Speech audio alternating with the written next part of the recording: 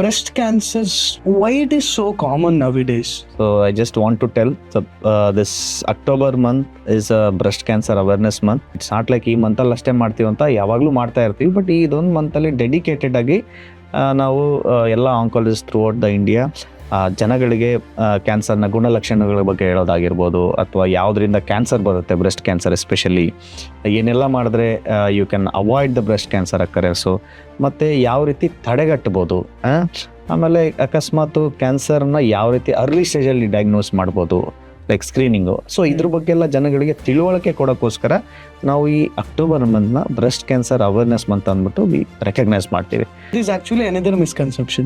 Breast cancers women's ಅಲ್ಲೇ ಜಾಸ್ತಿ ಇರುತ್ತೆ. Like why is that and why it is so common?